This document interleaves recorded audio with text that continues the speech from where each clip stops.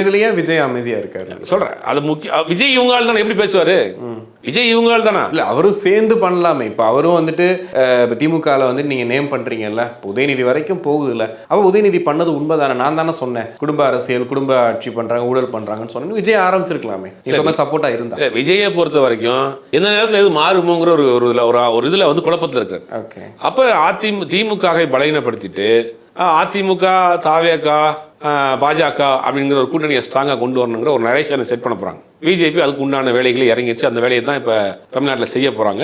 Dealing நடந்துகிட்டு இருக்கு. அதுக்கு வந்து நயனா நாயந்தன் கூப்பிடுறாரு, தாவேகாவை எங்களோட வாங்கன்னு கூப்பிடுறாரு, தமிழிசை சவுந்தரராஜன் வாங்கன்னு கூப்பிடுறாரு. விஜய் காட்டமாக மறுப்பு அறிக்கை இப்போ நம்ம பேசிட்டு இருக்க நேரம் வரைக்கும் கொடுக்கல.